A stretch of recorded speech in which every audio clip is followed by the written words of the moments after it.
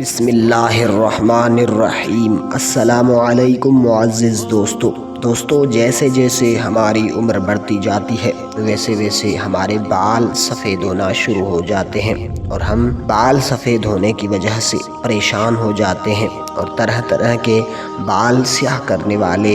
اشیاء استعمال کرنا شروع کر دیتے ہیں، مگر آپ کو معلوم ہو کہ سفید بال بروز قیامت نور ہوں گے؟ جی ہاں دوستو، حدیث پاک میں آتا ہے، حضرت سیدنا ابو ہریرہ رضی اللہ تعالی عنہ سے مروی ہے کہ حضور نبی کریم صلی اللہ علیہ وسلم نے ارشاد فرمایا،